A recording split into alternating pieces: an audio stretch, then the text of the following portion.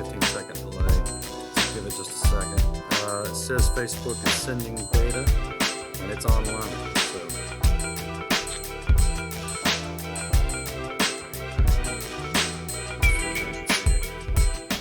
Not seen it just yet. Wait. Live? Does it say 52? Yeah, it should be counting down. Okay, I think I see it there, so I'm going to share it. Awesome.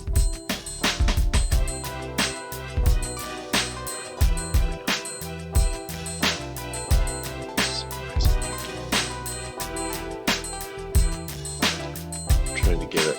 Sorry, I know I'm... Oh, wait, here we go.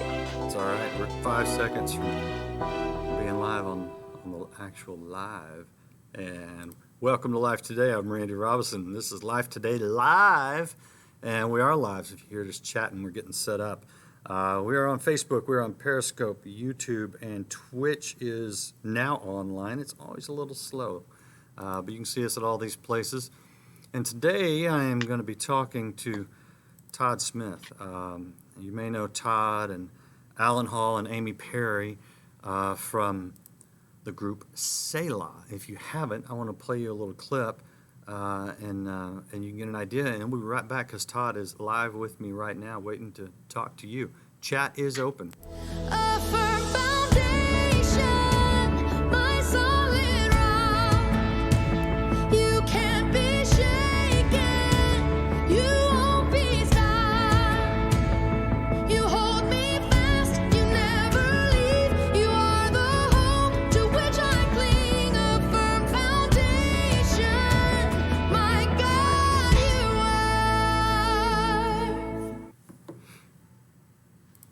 That is Selah, and this is Mr. Todd Smith. How you doing?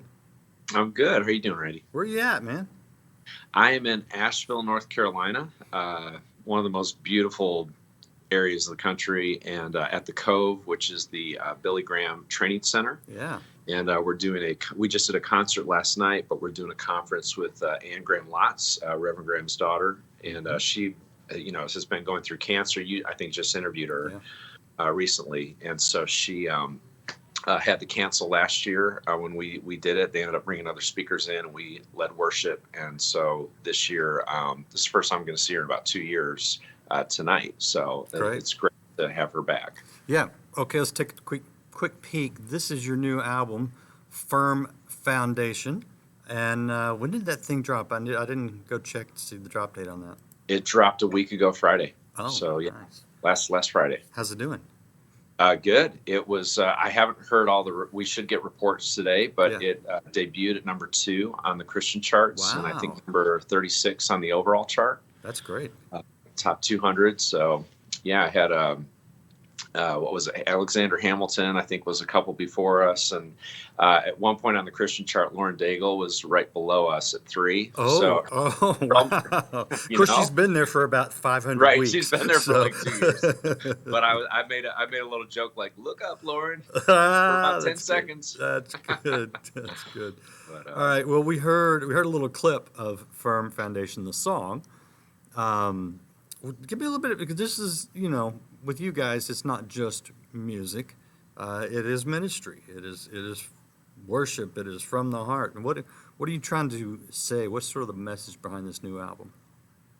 I think probably an underlying theme, being that the title is Firm Foundation. All the other songs fell underneath that. And I think when we were looking at the day that we're in, the era that we're in, the ability to say whatever you want on social media, even from Christian culture, there are a lot of things that are said that aren't necessarily biblical. They may have good intentions. They may sound great, but there's a lot of, hey, you just find your own truth. You be your own truth. And I think I think the intent is, hey, discover who you are and figure things out and take risks, or, get out there and do something. But as far as looking for your own truth, if you start to make up your own truth, that just becomes chaos, because I'm going to have something different than you. And so really, as believers, we really need to start looking at, and in this day and age when there's so much noise, who is Jesus? How do we know who he is? The best way is through his word, through scripture.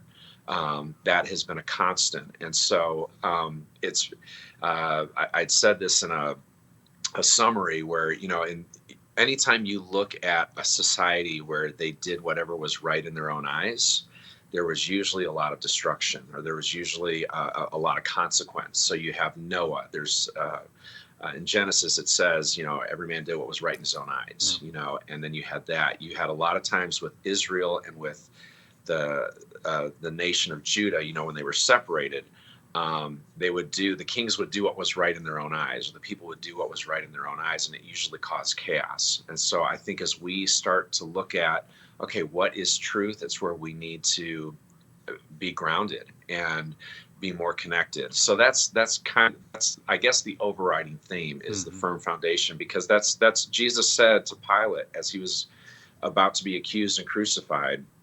Pilate said, "What is truth?" Or how do we know what it is? And he said, "I am the truth. I am the truth." And so if he's not, then he's a liar. If he's not, then he's as C.S. Lewis said, he's crazy, or he's a liar, or he is the Son of God, but he doesn't give the option of just being a good prophet or being a good guy, and you kind of take what you want. Right. So I guess that's the underlying theme of the whole thing. And it wasn't like that was our mission. You're always looking at songs first. What songs do you love, and what songs always wanted to weigh it, is this theologically correct? Is this biblical? And is it a great song? Is it a great melody? And then as we get all the songs together, kind of looking at what is the underlying theme. And the funny thing is, Al and I didn't like the song Firm Foundation at first. We passed on it, and Amy fought for it and fought for it. And then eventually we added it. And it became the title. Well, see, you listen to the one woman in the group, it'll pay off every time. Right? That's usually a good place to start. So the idea, though, of Jesus being the foundation of your life, I know you've been through some difficult times. How important in your most difficult days was it to have that foundation? It was everything. My wife and I, probably one of the main stories that you're talking about is I've got 5 girls, but one of them, Audrey, would have turned 12 this coming year. And she died the day that she was born. She lived for about 2.5 hours. And that was the worst year of my life. And the fact that Angie, my wife's name is Angie, the fact that our marriage is still preserved is truly by the grace of God. Even as you, when you go through suffering and you can scream at God and you can yell at him and you can take it out on him, but you don't hear him audibly. The easiest thing you do is you take it out on the ones you love, the ones that you trust, the ones you're closest to. And so it was incredibly, just painful process of knowing that, we found out at 18 weeks that she had heart problems, she had kidney problems, all these different things when Angie was pregnant with her. So for the next 14 weeks, Angie bravely carried her until an age of viability. And then we had a C-section, and she lived for about 2.5 hours. The day she was born was incredibly peaceful. The time before that, the time after that was horrible. And I think as a man, as a father, as a husband, you want to fix, and there was nothing I could do. There was no way to fix it. So my faith was critical. And there were some times where I was like, God, I don't want to talk to you today. I'm no use for you today. But still never coming to the point of going, I don't believe you're real. Knowing if I don't have him, I have no hope of seeing her. If I don't have him, it was never a crutch. It was always, I have no strength in myself. I need you more than I've ever needed you. Yeah. Yeah. Did you find that forced you to say, do I actually believe what I say I believe? And if so, how does it change the way you look at others, at life, at yourself, and at God. Yeah, absolutely. I remember my kids asking questions, because Ellie and Abby, they're almost 17 now, but they were about almost 5, and then Kate was almost 3, and she's 14 now. And they would ask questions, where I didn't have an answer, and I don't even remember the particulars, but just I didn't have a good answer for it, and so I would just be like, I don't know, hon. I don't know. We're just gonna have to trust that God is in control, and it's that's a real easy thing to just kind of gloss over and say, and then you go, are you really? Yeah. Are you really in control? And I think too, heaven became more real to me. The reality of life after death, and even this year has been really difficult. We lost, my wife lost her father and her grandmother, and she was super close with her dad, even to the point of, she's written Bible studies about Jesus, and her Bible study, Seamless, is one of the best-selling Bible studies over the past couple of years, where women are,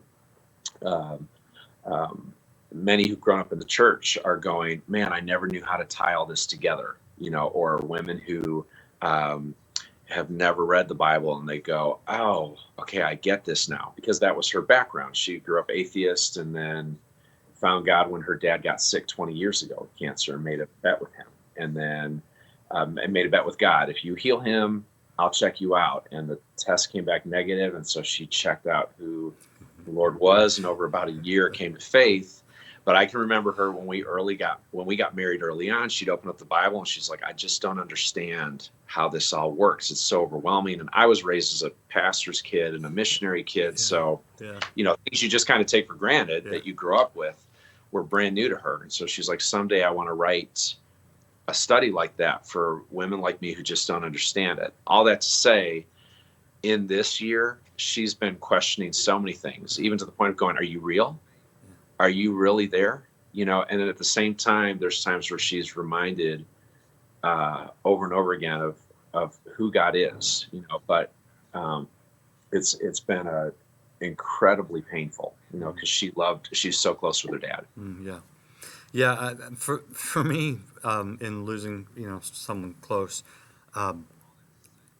what's funny is, you grow up, like you and I both grew up in the church, right? And so you read all these things, you hear these verses, but they kind of just, when it gets down to it, they go in one ear and out the other, or they just kind of sound like these nice platitudes. And then when life gets real and the pain hits, if you go back and you go, oh, Jesus talked about this, or Paul warned us about this, and you see, okay, all these things have been addressed. It's just that I wasn't there yet. Fortunately, I hadn't experienced that tragedy yet. But when you go back, you go, okay, the comfort is there. I mean, just read the Psalms, for crying out loud. Did you find that some of the things that you needed, you already kind of knew? Does that make sense? Yeah, there are songs that we sing that we've sung for years, and one of them is called "Precious Lord." It's an old hymn written by Thomas Dorsey. I don't know the whole story, and some of this may be made up. I don't know if it's 100% accurate, but from what I've heard, I do know he lost his wife and his baby, and his first reaction was, "God, I have no use for you." And he was doing ministry, like he was doing evangelism. He was traveling and sharing about Christ. And this is the part I don't know if it's 100% accurate, but supposedly he was carried into the funeral. And when he sat down at the piano, he wrote, "Precious Lord, take my hand, lead me on, help me stand, because I'm tired and I'm weary and I'm worn." And there are plenty of times where I've sung that song, and it's like, and you feel it. But when we walked through that with Audrey, every night that had a different meaning. Yeah. And the same thing as far as just there's the verse, I think, that's taken out of context so much. The "I can do all things through Christ who strengthens me." Yeah. We've turned it into an American dream. Yeah, Superman verse.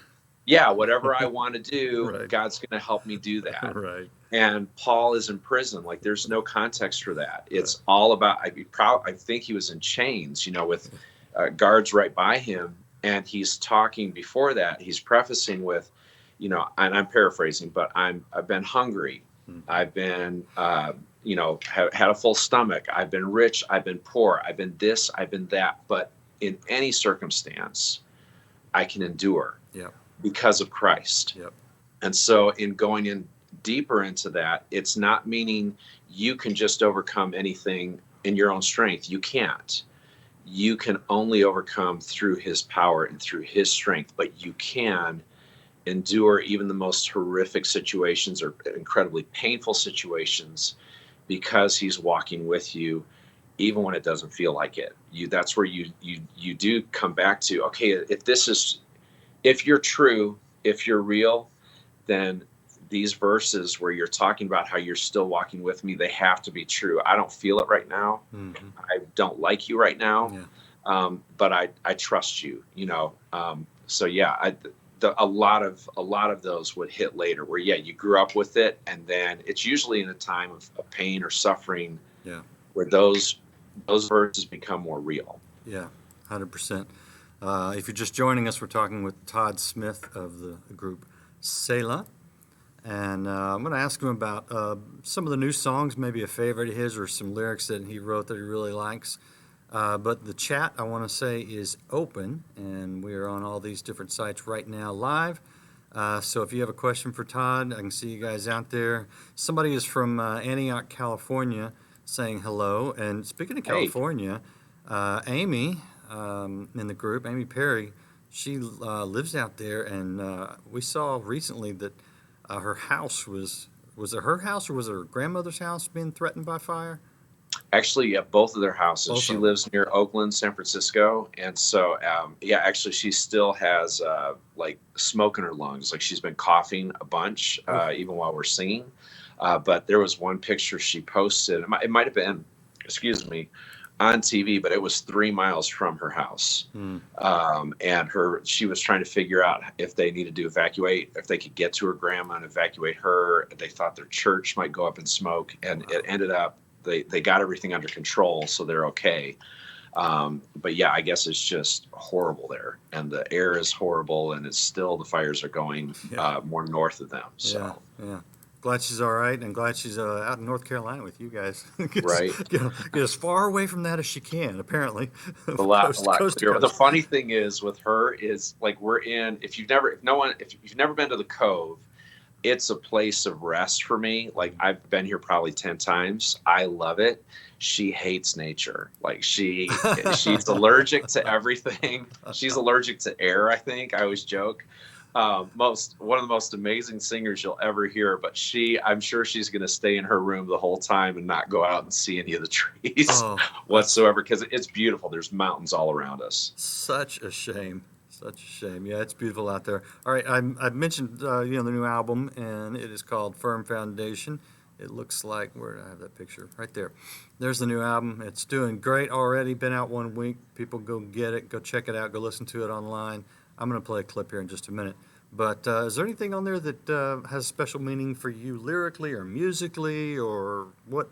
Give me a little behind the scenes on at least one song on this one. Yeah, so I co-wrote 4 of the songs, and it's probably the most I've co-written. A lot of times we'll use other people's songs, but it's I Belong to Jesus is one that, again, I think falls under the firm foundation as far as who our identity is in Christ. But there's a guy named Travis Ryan who's a worship pastor, and he's an artist, and Michael Farron, who's also a worship pastor, and he's an artist, all with the same label. But Travis wrote that song, "We believe in God the Father. Oh, yeah. We believe in Jesus Christ."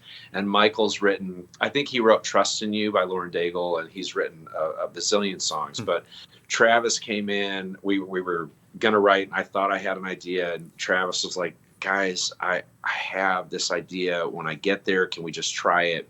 And he just came in with a mission and started singing. And I think within 15, 20 minutes, we wrote the song. And I think I contributed, like, here we go, about that much. I put an and a the in. Yeah, well, But it was just one of those songs where immediately I just loved it. And I was like, I believe this. I feel this. And so now we're finally getting to sing it in front of people. And it's I love that moment where you've started with something as a little baby idea, and then it's sat there for probably 3 or 4 years, and then now to finally see it recorded, and then to see people respond to it and to worship with it, that's a pretty, as an artist and as a songwriter, that's a pretty amazing experience. So, but yeah, that's one of my favorites. So somebody's asking about the new album. Here is the website. So your website is Selah Online, SELA online.com. And right there, if you go to the website, it says right there, listen now. So yes, people and ask yeah, them. it's on Spotify, it's Apple Music. You can order the CD at our website. On any, depending on what you listen to, if you stream or download, it's everywhere. So Very cool. And I'm gonna play a clip for you in just a second. Todd, appreciate you being with us. I noticed you're just starting a tour. I'm going to go back to the browser because your tour, you're going to be here in Dallas actually very soon. Here's some dates. We got people all over right now watching. So Ohio coming up, Indiana, Dallas, Illinois, PA. Yeah, we have a Pennsylvania. Christmas tour. It's the Rose of Bethlehem tour that starts right after Thanksgiving. And if they go to, glad you're pulling that up. I can't see it, but I know you're pulling it up. But yeah, SelahOnline.com/tour, and they can see where we're going to be over the next couple of months. Okay, you're going to take me to the March 25th appearance in Jerusalem, Israel? Am I with you on that one? Okay. Absolutely. And for any of you, we're going March 25th to Israel. Would love for any of you to join us. And you can go on our website and link there. It's an 8-day tour. And it's my first time. I've never been. So I bet you've been a bunch of times. But Never. You've never been? Can you believe it? I would think with your mom and dad, you probably went like 20 times. No, I don't think he's ever been, honestly. Really? I know, crazy. No I'd love way. to go. But what do you think? What is the main, what do you think you'd be most excited to see, and what do you think you'd be most in awe to see, I guess? I'm a history kind of guy, and so I want to see, the Mount of Olives, to see Galilee. To be honest with you, I'm a little skeptical sometimes when they say, here's the tomb where so-and-so. I'm like, is it really? Right. So there's a little bit of that going on. You sold a lot of trinkets right in that spot too, with the official site. Yeah, and I actually, I'm gonna make some people mad.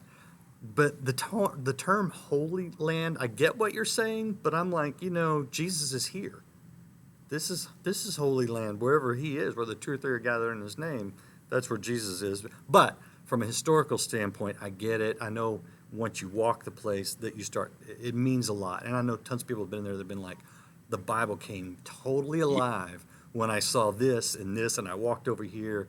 So, I know it'd be very, very cool to see it.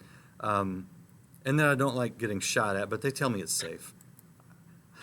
I'll take their word for it. Hey, my sister went, my oldest sister, Sean, and apparently when she went up north, there were some rockets going over. So okay. Hopefully that won't happen. I probably should say that if I want people to come with us. Come with us. Great promo. I mean, we're in really safe buses. You'll see where Jesus walked and where rockets are fired. All right. But I think that's the biggest thing for me, is just for the scriptures to come alive in a way that just visually seeing that, I think is going to be unbelievable. So I can't wait. Yeah, no doubt about it. Cool. All right, I'm going to play Jesus is King, and it's not the Kanye one. That's right. Yeah.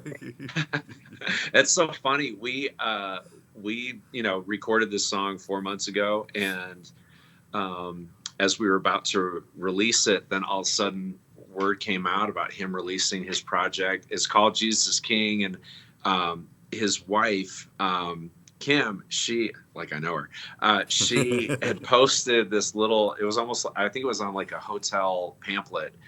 She wrote Jesus is King, and then she wrote all what turned out to be the titles of the songs, but one of them was Selah. So awesome. I'm like, man, you're doing Jesus is King, and you mentioned us. I appreciate that so much. So that's very nice of them. It was very nice. I'm of him, I'm so, glad you were a big influence on Kanye. You know, I do what I can. I do what I can. Cool. But I'm excited for him. I'm praying for him. Oh yeah. Just everything that's going on, for him, and he's sharing the gospel, and so Yeah, it's awesome. So, some people aren't happy when they search Jesus as King and they think they're going to look for him, and then they find us. But I'm all good with it. Oh I'm yeah, like, of course. Please Hey, bring him over. that's right. So, because honestly, stylistically, you're probably someone that's into both.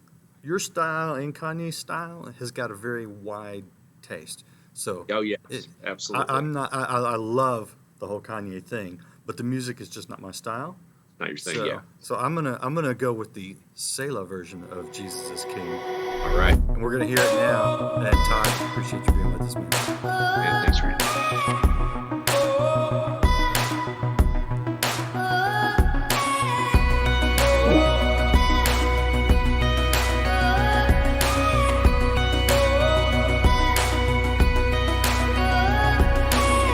When you speak, oceans part, the mountains will all bow down. When you breathe, there is life, the dead raise up from the ground. We're gonna lift you higher, we're gonna give you praise. You're gonna reign forever and always.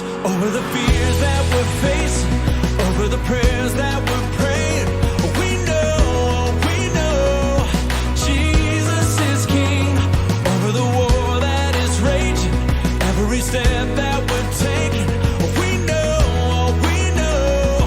Jesus is King. Jesus is King. Jesus is King. When you bled on the cross, you broke the curse of sin, and you rose up to life.